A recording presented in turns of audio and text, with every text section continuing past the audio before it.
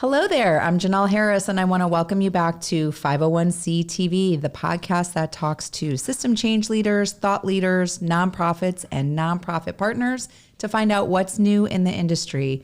Whether you've been around for decades or maybe you're just thinking of starting your own nonprofit, we hope this show has a little something for you here today. And I'd like to introduce you to Owen O'Neill with Clinics Can Help. Hi, how are you? Hi, I'm great. Welcome. I am super excited to sit down and talk to you today because I did a lot of research on your company. Well, your nonprofit, not a company. Really, a nonprofit's a company. A lot of people don't know that. A nonprofit is a company. Okay, then we'll call it a company. Okay. We'll say your company. And it's a really interesting way that it started, which we're going to talk about. And I also just want to kind of pick your brain on who you guys serve. And I think it's an amazing thing that you're doing here. Thank you. Right around the county. Thank you. And I just want to talk a little bit about it. I'm so excited. I'm on a podcast. I can't believe this. See, it's super fun, like I said, and it goes so fast, and you have so much good stuff that we want to talk about and promote today. Well, I'm already having fun, so let's do this. Okay, good. Perfect. Cool. So if you can tell us a little bit just about who you are. Who is Owen O'Neill? What's your background? How did we end up with Clinics Can Help? Oh, well, I'm a registered nurse. I've been a registered nurse here in the state of Florida for going on 30 years now. Mm-hmm. A big thing that I've learned many things working in nursing. There's so many things. But one thing that really hit me very hard, it was that people who I would be taking care of at the hospital, I would send, when you discharge them home, if they had money, they would stay home often. Sure. The people who did not have money would come back. And very often I was seeing injuries. People would go home, they would come back with a broken hip. Okay.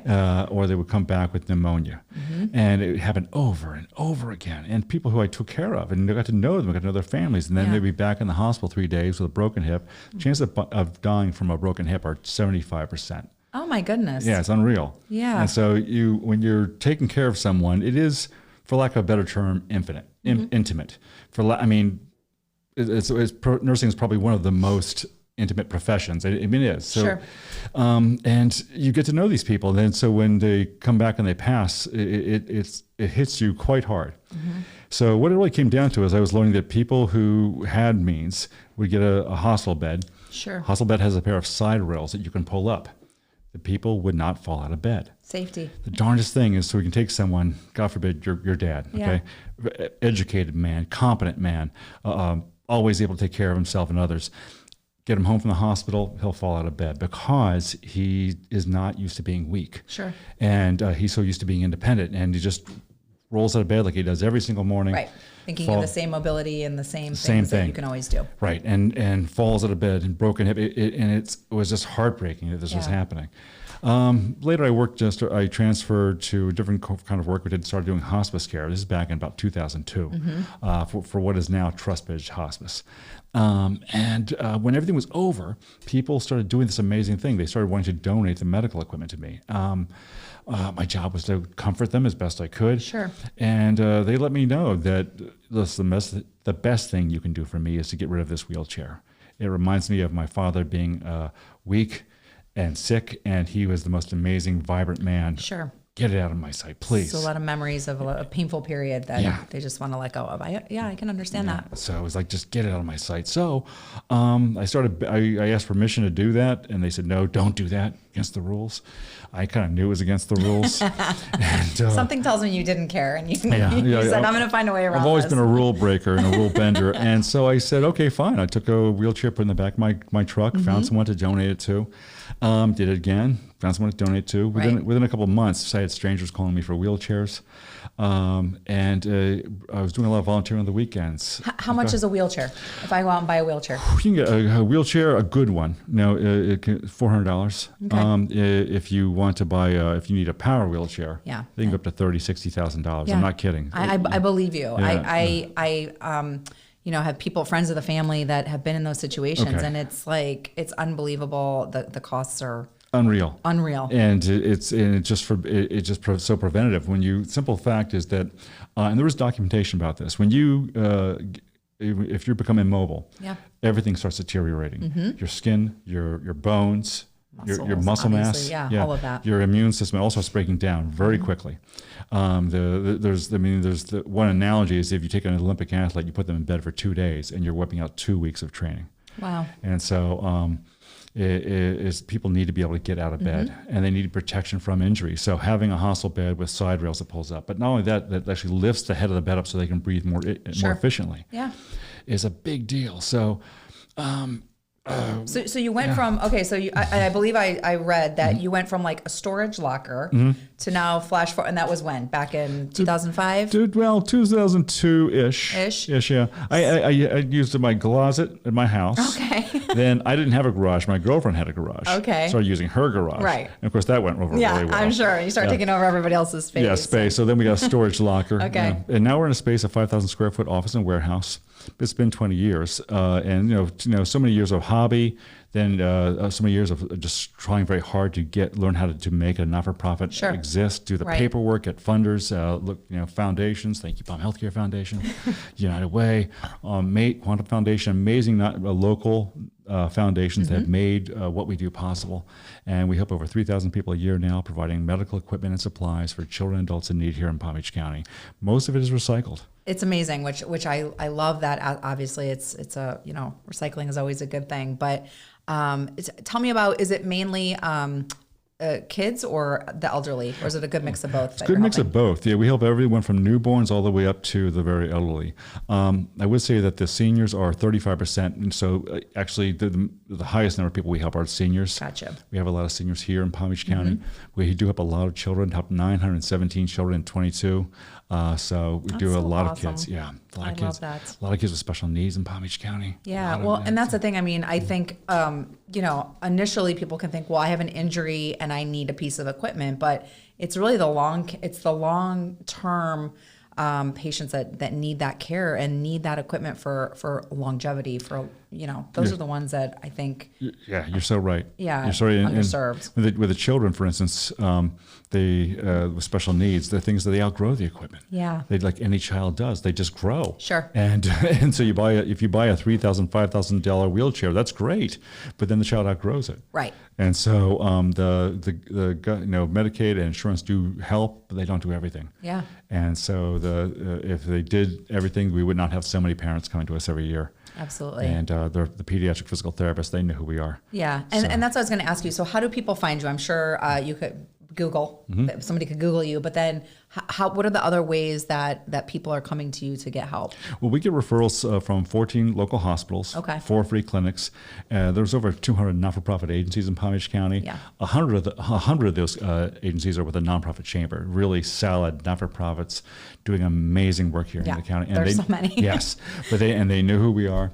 And so we get good referrals from all over the county. Okay, perfect. But there are people who just don't know who we are, and so they can Google us. And or 211 is an amazing resource in Palm Beach County. Yes. And so people usually find a way to get to us. Perfect. If you do go, you want to get in your search engine and find out donate medical equipment or receive donated medical equipment. Okay, cool. We should come up. Yeah. So tell me a little bit. You mentioned that. You guys are partnered up with clinics. Tell me about the name, where Clinics Can Help came from. Oh, the name. It's got a funny little story. It does have a story. It's also a funky name. I know that, guys. Here's the story. So I was actually volunteering at the time at some free clinics. Most notably Carrot Ed Center. Amazing not-for-profit free clinic, does 25,000 free visits a year. Amazing place. And so I was just volunteering on the weekend, and people would need a wheelchair. No problem. I've got one in my truck. You need a nebulizer for your child? Oh, no problem. Got one in my car. No problem. Owen's the guy. Yeah, and that's how it happened. It just kept getting referrals, and people, Owen's the guy, and strangers calling you saying, hey, I hear you have wheelchairs. That's so cool. So, and then, it was fun. And then it led to hospital beds. I hear you have hospital beds. And so it became a hobby, which then started getting busier. I'm sure. And I called it Clinics Can Help because I went for we did the paperwork. Well, helping free clinics. Yeah. Can help. That sounds like we definitely can help some people that way. Let's do that. And it started getting more referrals from hospitals and churches and other community centers. Right.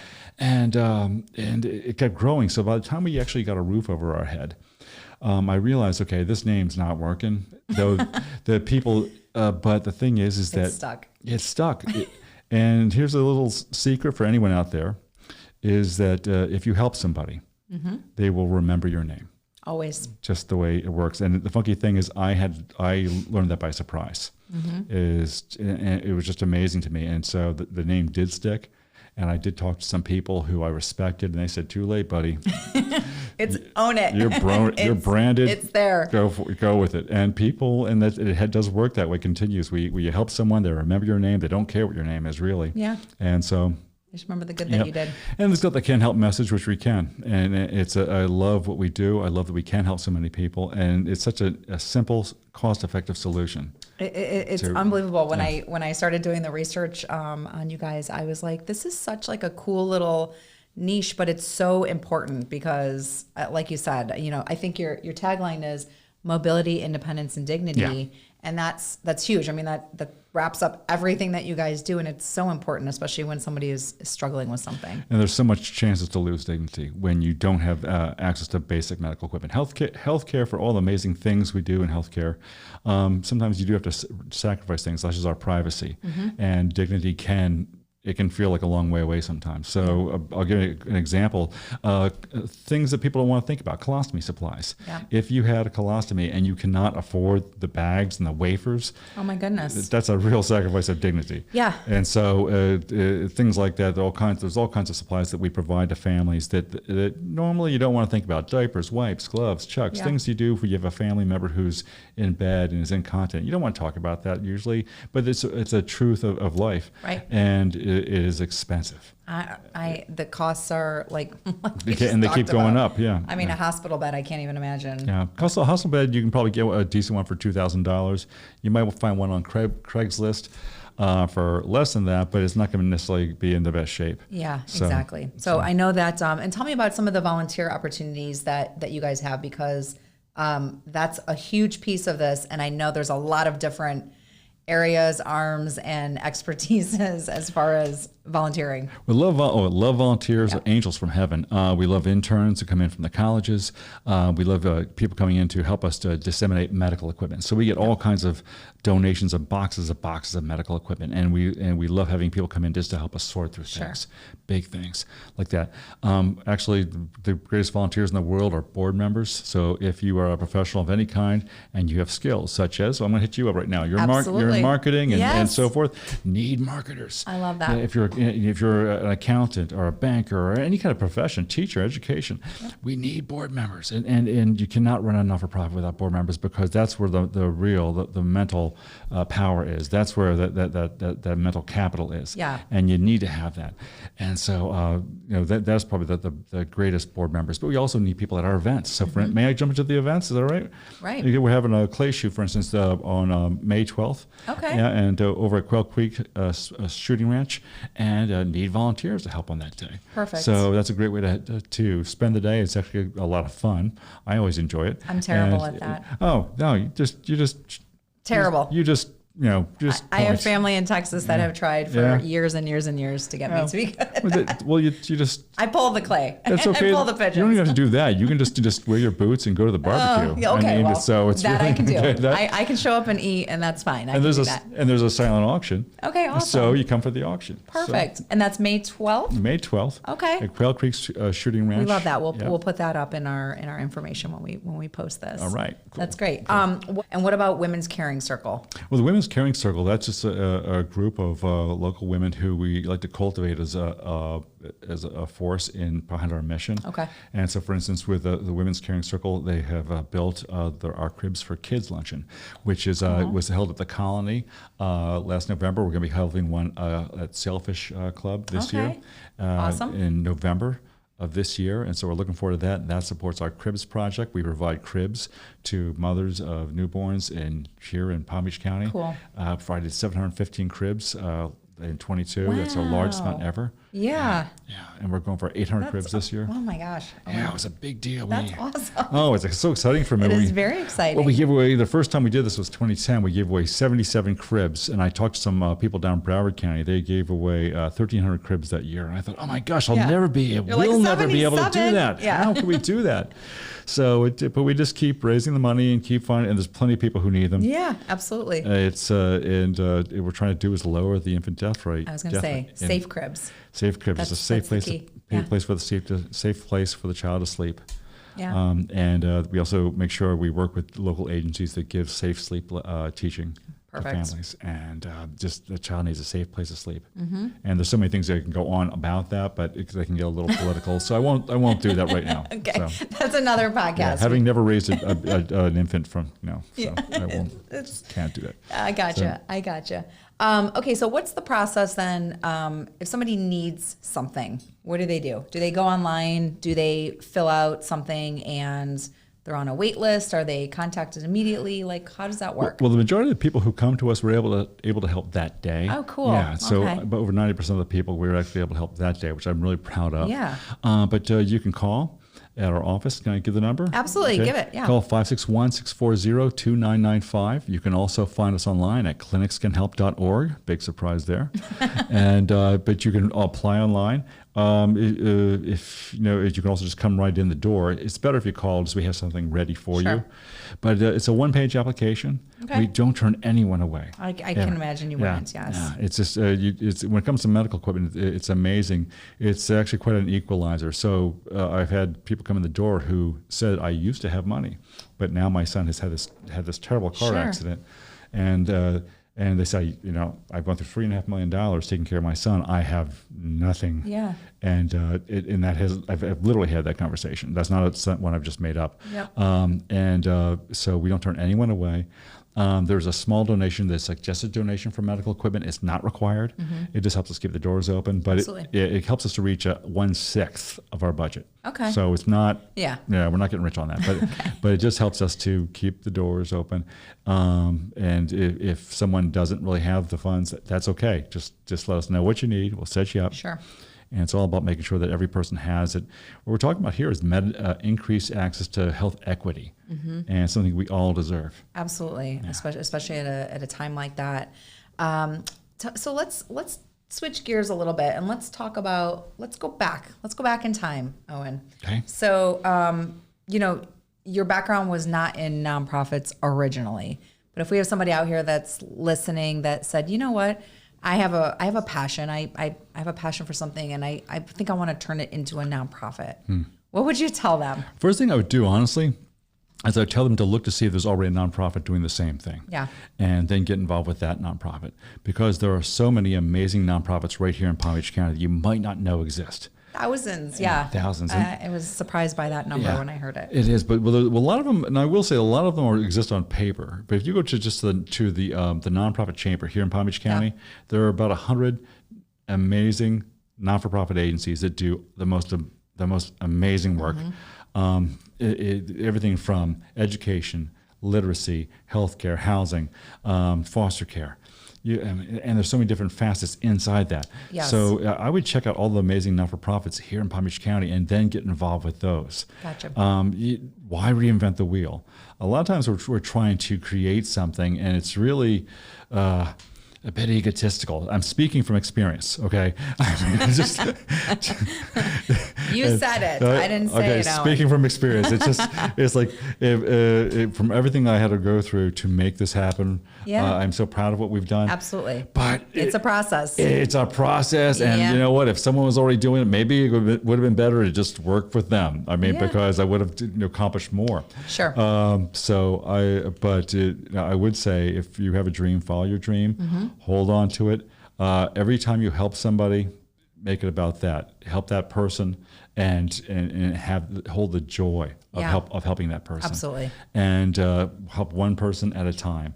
The truth is, in the nonprofit world, the more money you have, the more money you can help. The more, did I say that wrong? No. The more. Try that again. The more money you have, the more people you can help. True. It's just the truth of it. I used to hate administration. Yeah. Administration is where the rubber meets the road, and so I've also hated policies and procedures. Right. Policies and procedures have become my best friend. You need to find structure to make your organization work. That's interesting. Yeah. And you will need to find ways to make your mission sustainable. So you will have to find different funding streams. But I would definitely say, make a mission statement. What are you trying to accomplish?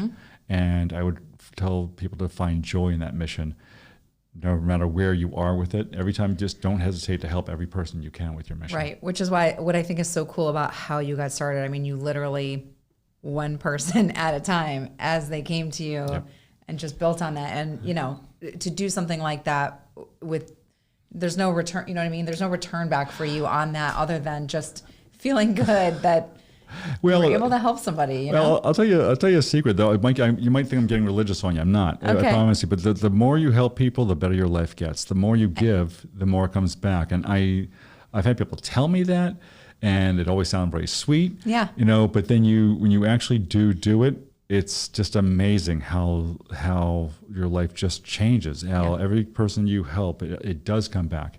And I've had people who've helped us, who I helped years ago and totally forgot about, but they didn't forget about us.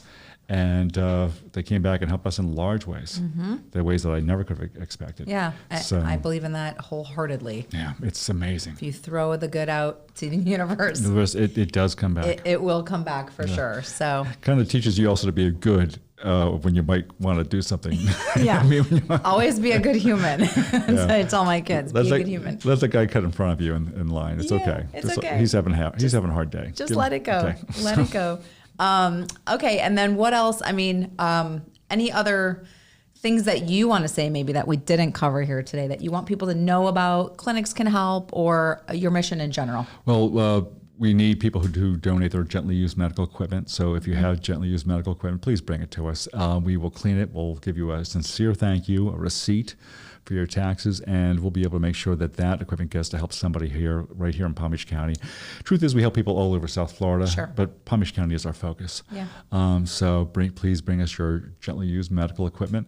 If you have a charity that you would like to give to charity, we are a charity, so please support our mission financially. If you like to play golf or shoot clays or you like to go to a nice luncheon on Palm Beach, come check us out.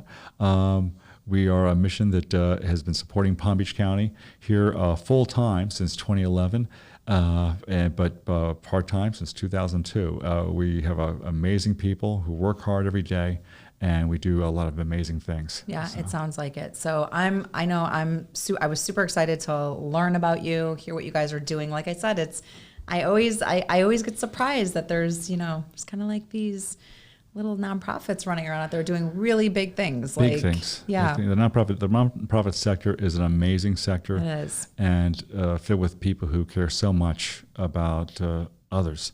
And you should check us out. If nothing else, it might give people a different perspective on life. Yeah, so, I agree. Cool. Well, thank you so much for all the amazing work that you've always done from the beginning, even in a healthcare role and beyond. And super excited that you were able to join us here today. Please follow Owen online. You can check out his website. He gave it already.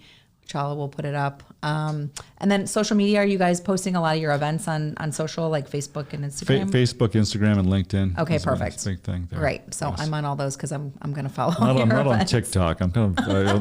My nephew's on TikTok. I have no idea. No, don't worry. Me either. I don't have time for it. I have all the platforms I can handle right now. I can't do TikTok, but anyway, thank you again. Thanks for having me. This is great. Yeah, super fun. You can come back anytime. Oh, okay. I'll be here next week. Yeah, perfect. We'll pencil you in. So thank you so much. And again, thank you to Kana House Studios right here in Wellington, the first and only social content creation studio. We appreciate you always. And thank you for joining us today on 501c TV. And we hope to see you next time. Thank you.